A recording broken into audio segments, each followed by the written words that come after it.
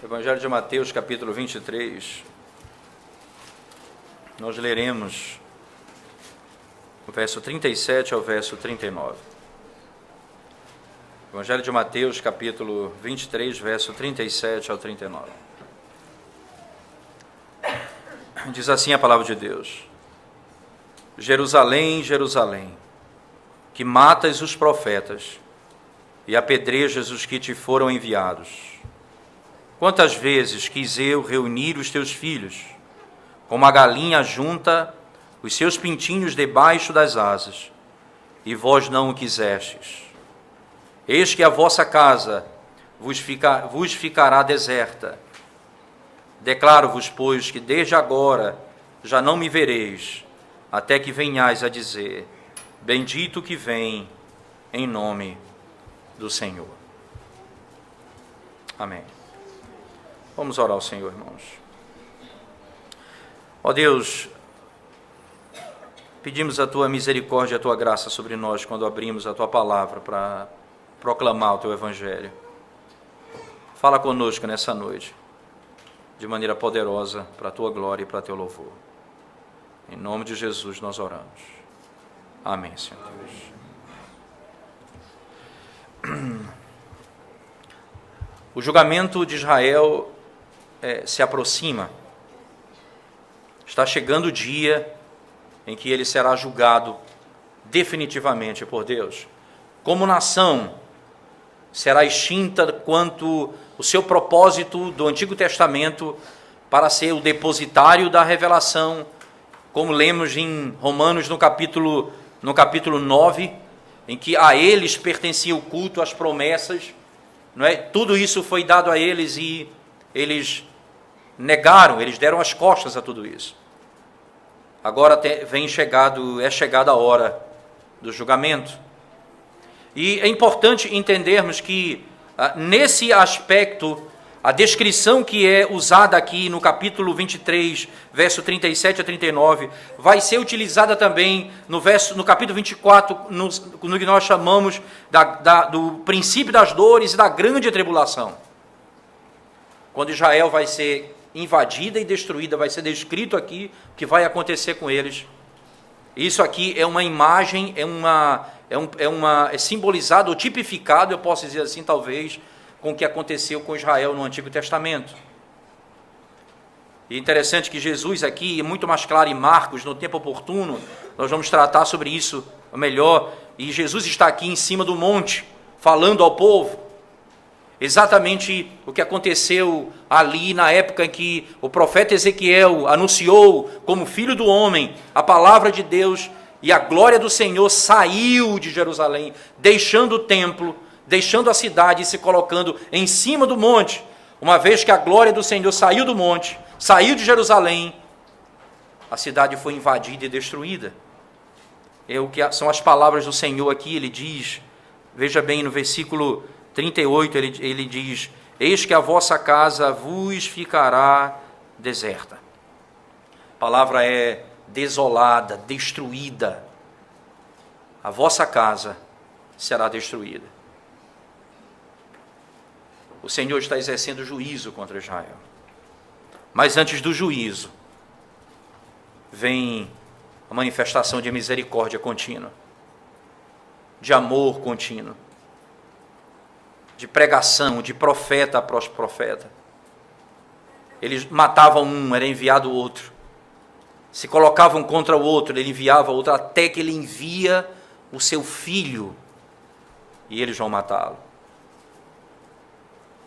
Um após o outro. Mesmo sendo esse povo agora rejeitado por Deus e julgado por Deus, o texto fala de um amor que Deus tem por aqueles que ainda se perderão, que causa estranheza a nós e constrangimento a nós.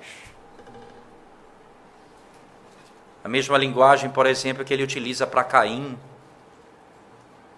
que é filho do maligno. E ele diz: o pecado está à tua porta, a ti cumpre dominá-lo. Ele não deixa de falar mesmo para aqueles que não têm esperança.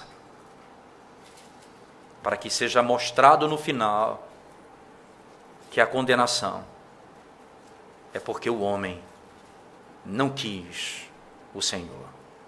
E para que no final a salvação possa ser manifestada, que os que foram salvos foi porque o Senhor quis salvá-los. O Senhor quis redimi-los. O texto, ele descreve com uma linguagem apropriada a repetição, não é? Jerusalém, Jerusalém. Isso é estranho, é uma estranheza, isso é um hebraísmo, isso é uma prática feita na estrutura da língua hebraica, que enfatiza, que dá ênfase numa verdade. Quando o Senhor Jesus descreve aqueles que se aproximam dele no dia do juízo, eles vão dizer, Senhor, Senhor.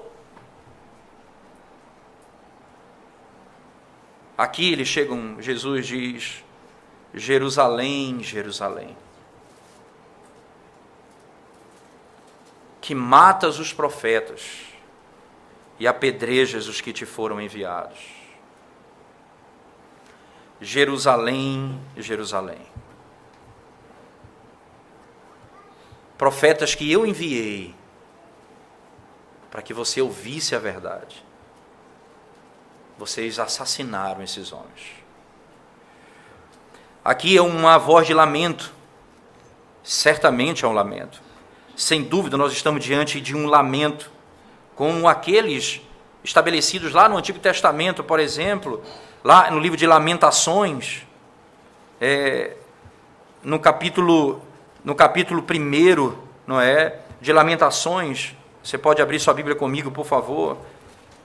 Jeremias, Lamentações de Jeremias, capítulo 1. Como jaz solitária a cidade, verso 1. Como jaz solitária a cidade, outrora populosa, tornou-se como viúva, a que foi grande entre as nações, princesa entre as províncias, ficou sujeita a trabalhos forçados. Sujeita a trabalhos forçados. Capítulo 4 de Lamentações, verso 1. Como se escureceu o ouro, como se mudou o ouro refinado, como estão espalhados as pedras do santuário pelas esquinas de todas as ruas. Essa é a descrição do estado em que a palavra de Cristo se encontra. Jerusalém, Jerusalém, está pronto, está chegando o dia da tua destruição. Eu enviei profetas para ti. As palavras do Senhor, é interessante que alguns estudiosos, eles pegam Mateus 23 e começam a expor a partir do 34 até o 39, realmente tem muito sentido. Nós não fizemos isso porque entendemos que os ais estão numa estrutura de unidade, mas o verso 34, ele se conecta completamente com o final do 37. Ele diz, por isso eis que eu vos envio profetas, sábios e escribas. A uns matareis e crucificareis, a outros açoitareis nas vossas sinagogas, e perseguireis de cidade em cidade, para que sobre vós recaia todo o sangue justo derramado sobre a terra, desde o sangue do justo Abel até o sangue de Zacarias, filho de Baraquias, a quem mataste entre o santuário e o altar. Em verdade vos digo que todas estas coisas hão de vir sobre a presente geração. É exatamente isso, o juízo de Deus acumulado, trazido desde o período em que Abel foi morto por Caim. Mesmo sendo informado e avisado por Deus, ele se levanta e mata Abel. Esse primeiro sangue, até o fim agora, vai cair sobre aquela geração que continua praticando o mesmo pecado. E agora eles vão matar o profeta, Jesus Cristo. Eles vão executá-lo. É interessante que a igreja, ou Israel, no caso especificamente, perseguiu os mensageiros de Deus. de maneira muito clara. Lucas, por exemplo, que trabalha com a mesma linguagem, Lucas capítulo 13, verso 33, abra sua Bíblia comigo, por favor, Lucas 13, 33, veja o que diz a palavra de Deus. Lucas 13, verso 33, diz assim: importa, contudo, caminhar hoje, amanhã e depois, porque não se espera que um profeta morra fora de Jerusalém. Não se espera que um profeta morra fora de Jerusalém.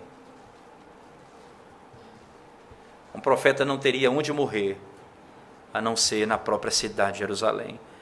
É a cidade que mata os seus profetas. Não havia expectativa que ele morresse em outro lugar. Ele ia morrer lá, na sua cidade. Exatamente. Em Atos, no capítulo 8, verso 1, ainda usando o mesmo princípio, abra sua Bíblia comigo, por favor, Atos, capítulo 8, verso 1.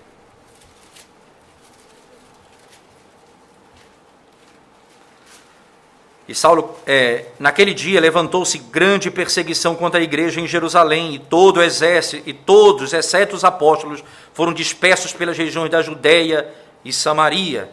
E quem estava fazendo? Saulo, que estava consentido com a morte de Estevão, trouxe grande perseguição. Quem era Saulo? Um principal dos fariseus, perseguindo a igreja e dispersando o povo por todas as regiões da Judéia. De maneira muito clara, exatamente isso que acontecia. Agora, irmãos, esses profetas aqui em Mateus 23, como é descrito no texto sagrado, eles vão ser mortos da seguinte forma. Veja que a morte deles é bem designada no texto, quando diz assim: matas e apedrejas os profetas. O apedrejamento era designado para o adultério, para a desonra do pai e da mãe. Agora Jerusalém, que conhece a lei de Deus, entende que também deve ser apedrejado o falso profeta, e eles não reconhecem a voz da verdade e apedrejam os profetas de Deus como sendo falsos profetas. Não reconhecem a voz do Salvador. Era para ser acolhida aquela geração de profetas. Eles foram mortos, completamente mortos. A palavra de Deus nos ensina, irmãos, que além de perseguir os mensageiros, eles rejeitaram Cristo e a oferta do Evangelho. Eles rejeitaram a Cristo e a oferta do Evangelho. Interessante a linguagem que ele utiliza, não é? Matthew Henry comenta dizendo que de muita humilhação até. Cristo se descreve dessa maneira, dizendo as seguintes palavras: quantas vezes quis eu reunir os teus filhos, como a galinha ajunta os seus pintinhos debaixo das suas asas, e vós não quisestes.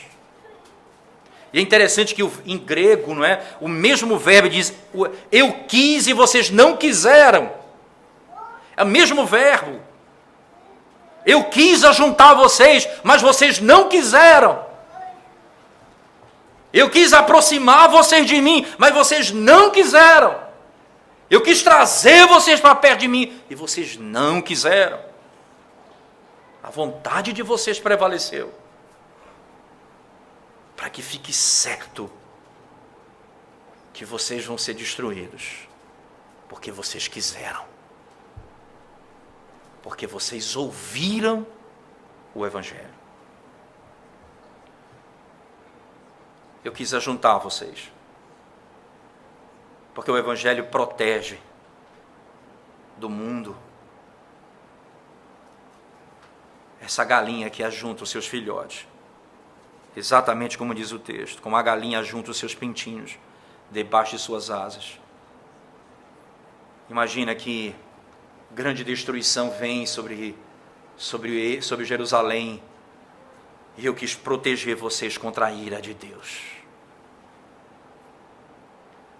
Eu quis guardar, porque o Evangelho é isso.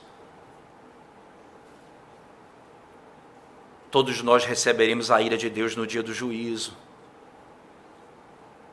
mas serão poupados aqueles em que foram e estão debaixo das asas do Evangelho, porque Cristo recebeu sobre si a ira que era para mim. Vocês quiseram ser expostos à ira de Deus. Eu quis proteger vocês, eu quis acolher vocês, e vocês não quiseram. Vocês deram as costas ao Evangelho. Vocês rejeitaram o Cristo. Isso é sério.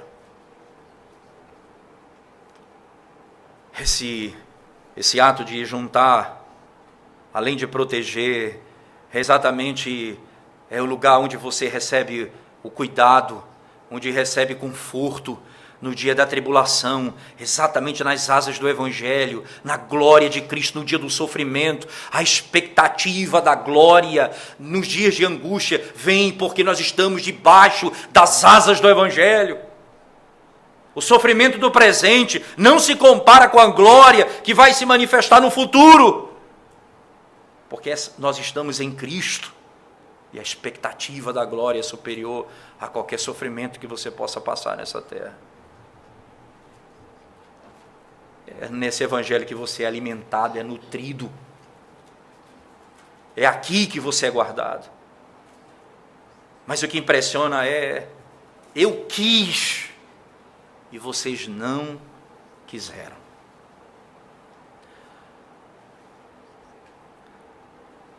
J.C. Riley, num dos comentários dele, no comentário de Mateus, ele diz, isso é para mostrar exatamente que o Senhor, Ele é justo no juízo, isto é, para que se entenda que Ele mostrou a sua vontade, Ele revelou a sua palavra, Ele não tratou o ímpio diferentemente do descrente quanto à apresentação da verdade, eles foram expostos amorosamente a essa verdade. E aqueles que não quiseram são aqueles que serão condenados por toda a eternidade. Uma imagem de ternura e de juízo, onde você não tem como escapar dele. Ternura e juízo. Eu quis fazer. E vocês não quiseram. Vocês rejeitaram o Evangelho de Cristo. Eu ofereci para vocês o meu cuidado. Eu ofereci para vocês a guarda, a proteção. Eu chamei vocês para debaixo das minhas asas. E vocês não quiseram vir. Exatamente isso. O profeta Jeremias, no capítulo 31, do verso 3, diz as seguintes palavras. Jeremias 31, verso 3, diz assim a palavra de Deus.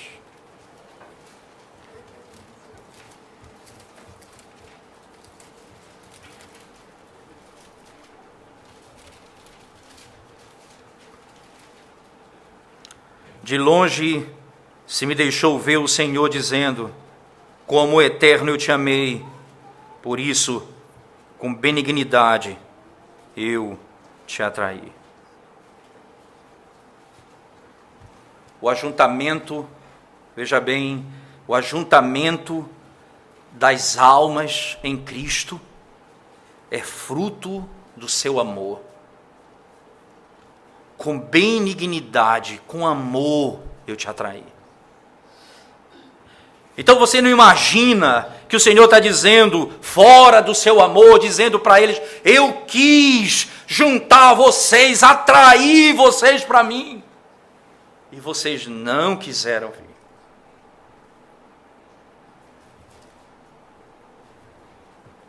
Um poder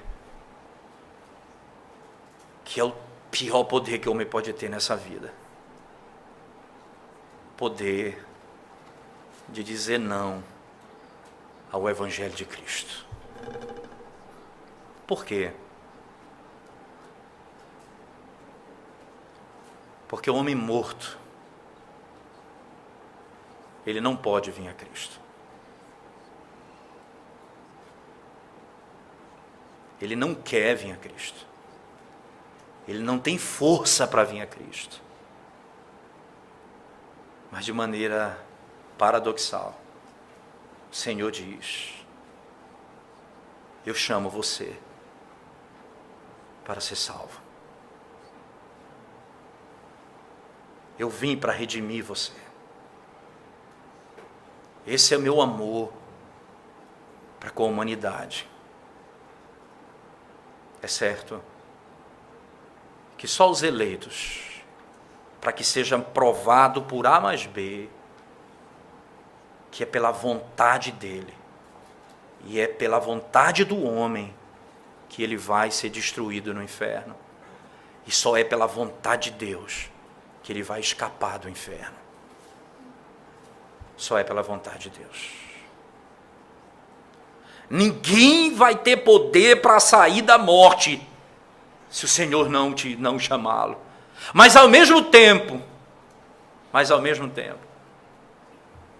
você tem poder para ficar onde você está, para que fique provado que você está indo para onde você quer ir. Você está trilhando o caminho que o seu coração está determinado: a destruição. Interessante, irmãos, que esse favor de Cristo, não é, a esses que são chamados, que aqui no texto especificamente é chamado de Jerusalém. Jerusalém aqui não é apenas a cidade, mas o povo, mas que aqui vai se referir também à própria cidade e ao templo da cidade, porque o Senhor vai executar juízo sobre ele de modo muito claro. A sua obstinação em dizer não ao Senhor resultará em grande tragédia. Porque a ternura do Senhor não pode esconder a certeza de que Ele é Deus que pune o pecado. Na sequência do texto ele diz: eis que a vossa casa vos ficará deserta. Vocês vão viver em lugar desolado, vocês viverão em lugar deserto, isto é, a casa de vocês, que é a Sião, a cidade santa, e também o templo ficará destruído completamente. Ele está se referindo aqui ao que acontecerá no ano 70, que vai ser melhor descrito no capítulo 24 do livro, no capítulo de Mateus ainda. O ano 70, quando será destruído o templo de Jerusalém, e ficará desolada a cidade, destruída a cidade. Não sobrará nada de vocês. Nada de vocês. E aqui, irmãos, é o problema da misericórdia não atendida. Lendo um livro de Thomas Watson, uma parte do livro chamado O Erro do Pecado, o Grande Erro do Pecado, mais ou menos assim, ele descreve as seguintes palavras, Thomas Watson, acerca do grande perigo que é você brincar e tripudiar em cima da misericórdia de Deus. Quando Ele vem, Ele chama, Ele prega, domingo prega de novo, no domingo Ele anuncia de novo, Ele envia o profeta, e as pessoas rejeitam e fazem chacota, matam os profetas. Isso tem um limite. Thomas Watson diz assim: se a misericórdia não for um imã para nos aproximar de Deus, a misericórdia será uma pedra de moinho para nos afundar no mais profundo inferno. Ele ainda diz: nada é tão frio como o chumbo. Entretanto, nada é mais escaldante do que ele quando derretido. Nada é tão doce como a misericórdia de Deus. Entretanto, nada é mais terrível do que ela quando ultrajada. Diz ainda Thomas Watson: os pecadores nunca escapam quando a misericórdia formula suas acusações. Os pecadores nunca escapam quando a misericórdia formula suas acusações. E o Senhor está dizendo: eu mandei profetas. Vocês não só pisaram na minha misericórdia, vocês mataram os meus profetas. Um após o outro. Agora, o que era para aproximar vocês de mim, vai servir de pedra de moinho para lançá-los no mais profundo inferno. Porque vocês tripudiaram da minha misericórdia e do meu amor.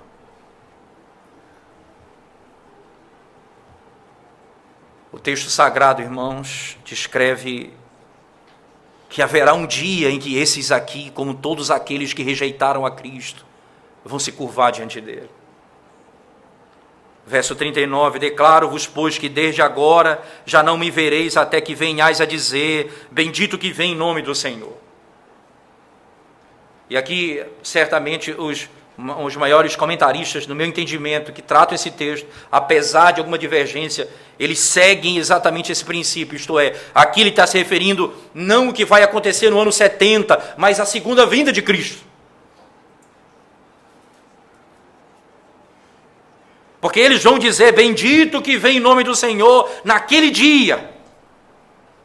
Como Paulo descreve isso lá na sua carta aos Filipenses. Abra sua Bíblia, por favor, capítulo 2, Filipenses capítulo 2, e veja o que diz a Escritura Sagrada. Filipenses capítulo 2.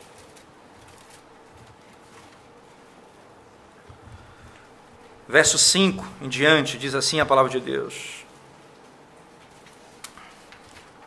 Filipenses 2, verso 5 em diante, diz assim: tende em vós o mesmo sentimento que houve também em Cristo Jesus, pois ele, subsistindo em forma de Deus, não julgou como usurpação o ser igual a Deus, antes a si mesmo se esvaziou, assumindo a forma de servo, tornando-se em semelhança de homens, e reconhecido em figura humana, a si mesmo se humilhou, tornando-se obediente até a morte e morte de cruz.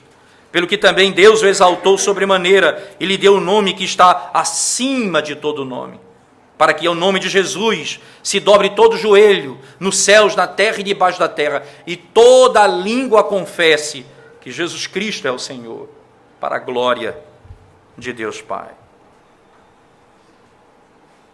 O Senhor está dizendo, agora eu vou me apartar de vocês. Que tragédia. O Senhor disse aos seus discípulos, eu vou, mas eu estarei presente convosco até a consumação dos séculos. Para Jerusalém ele disse, eu vou, e vocês não mais me vereis, até aquele dia, quando vocês dirão, bendito o que vem em nome do Senhor. Toda a língua vai confessar, e vocês reconhecerão o meu poder e a minha glória. Só tem um problema: não haverá mais esperança, porque nesse dia não é dia de salvação, é dia de juízo. Os sentimentos que levarão homens a falarem essas coisas serão os mesmos que levaram Judas a se arrepender do seu pecado. Remorso que levou à morte. O mesmo sentimento. Eles continuam na sua obstinação e na sua cegueira, não tenha dúvida disso. Tanto é que ele diz: vocês não me verão mais. A cegueira deles será manifestada dessa forma: vocês não mais me verão, porque vocês serão cegos e não poderão me ver. Só quando todo olho me ver, vocês me verão. E naquele dia é o dia do juízo. Não tenha dúvida disso. Naquele dia é o dia do juízo. Evangelho de Mateus, no capítulo 24, verso 30, faz uma descrição importante. Mateus 24, verso 30 diz assim: então aparecerá no céu o sinal do Filho do Homem. Todos os povos da terra se lamentarão e verão o Filho do Homem vindo sobre as nuvens do céu com poder e muita glória. Veja, todos os povos da terra se lamentarão. É lamento. O lamento de Cristo não se compara ao lamento de Israel no dia da sua volta. Jerusalém, Jerusalém, como eu quis te juntar debaixo das minhas asas, mas vocês não quiseram.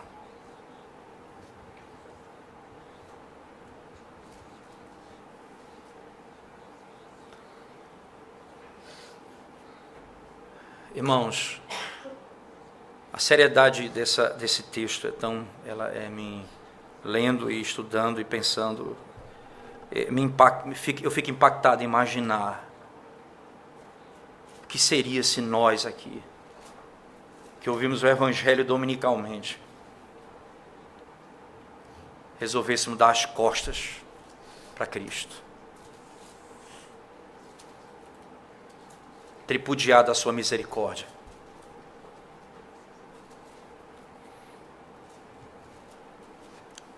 Ouvir a palavra e brincar com a palavra. Ouvir a obra e o Evangelho de Cristo e não levar a sério o Evangelho de Cristo.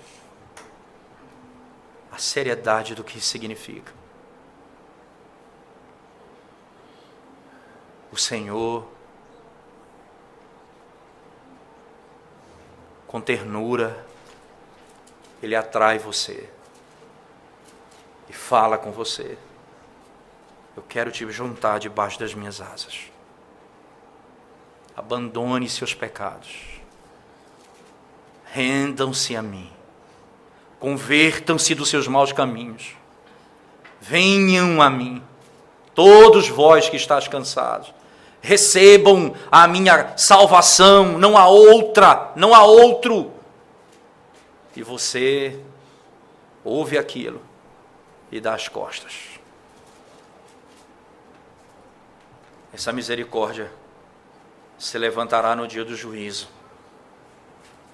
Ela vai ser a primeira a preencher as acusações contra você. E ela não terá misericórdia de você.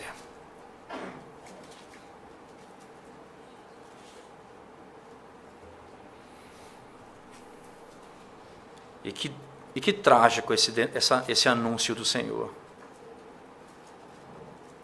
Vocês vão me ver um dia, quando eu voltar. E aí não haverá mais esperança para vocês.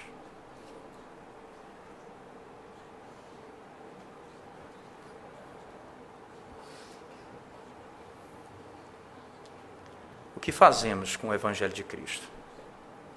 Com o amor de Deus. Não tripudie da ternura das palavras de Cristo. Não pense você que está ouvindo o Evangelho. Ele mostra tanta fraqueza com essas palavras. O meu Senhor, Ele é poderoso, Ele vem, Ele arromba a porta. É verdade, Ele é isso, Ele salva mesmo assim. Mas é assim que você vai perceber a sua glória, sabendo que Ele fala com você, com essa ternura. Eu quero ajuntar você debaixo das minhas asas.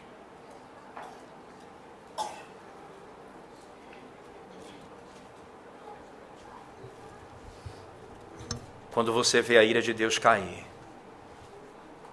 e todos os que estão nele estão debaixo das suas asas, serem livres da condenação eterna, e você exposto à ira de Deus, como diz o Antigo Testamento, tornando-se sacrifício para si mesmo. Porque Deus providenciou um cordeiro para ser sacrifício em meu lugar. Mas você que está sem Cristo, você será sacrifício para você mesmo. E a tua justiça não será nem um pouco suficiente para impedir você do inferno. É verdade que Jerusalém foi rejeitado por Deus, e a cidade foi rejeitada por Deus. É claro, aqui está muito claro no texto sagrado. Mas como estrutura de nação, percebam isso. Como estrutura, como o suporte, o sistema da antiga aliança. O Senhor aqui está julgando aquela estrutura toda. Mas é verdade que judeus serão salvos. Paulo, que nós lemos lá em Atos, que presenciou a morte de Estevão e que perseguiu a igreja, ele será um redimido do Senhor. E muitos se converterão ao Senhor. Mas a estrutura, Jerusalém, o templo, a cidade, ela nunca mais se ouvirá falar sobre ela como naquela época, porque a Jerusalém que nós aguardamos é a que desce dos céus. Porque o templo é Cristo.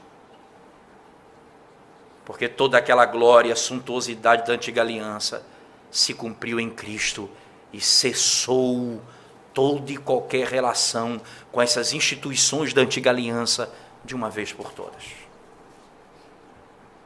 E agora a igreja do Senhor é livre assim.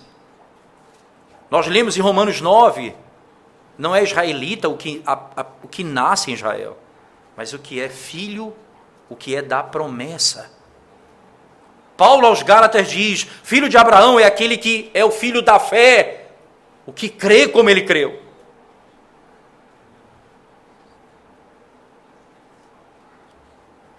A esposa que ele busca para o seu filho Isaque, ela vem da mesma terra de onde ele veio. Apesar da idolatria daquela terra, ela teria que ter a mesma característica dele.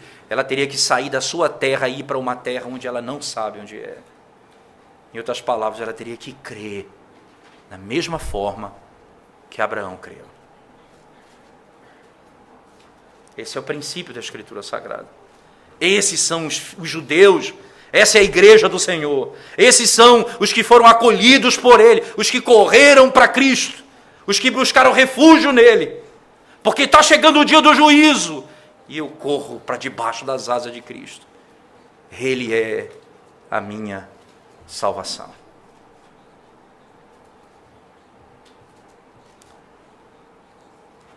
Para você que não conhece o Senhor Jesus nessa noite, deixa eu lhe dizer isso de modo muito claro. Você que tem ouvido o Evangelho constantemente e tem sistematicamente rejeitado Cristo. Eu tenho uma notícia talvez pior do que essa para lhe dar. Você não tem força no seu próprio coração para mudar a sua sorte. Porque você está morto nos seus pecados. Mas há uma maneira que você pode, algo que você pode fazer. Colocar o seu rosto no pó e dizer para Deus, tem misericórdia de você. E dar um novo coração para você. E salvar você. Porque a verdade que você tem ouvido, ela se voltará contra você, se você repudiar a oferta do Evangelho em Cristo Jesus. Quanto a você, irmão, que já foi lavado pelo sangue do Cordeiro, redimido pelo Senhor. Cuidado. Cuidado para não brincarmos com o Evangelho de Cristo. Para não vivermos na iniquidade achando que por estarmos na graça, o Senhor não vai nos tratar dessa maneira como tratou Israel. Lembrem-se, se Ele fez assim com Jerusalém,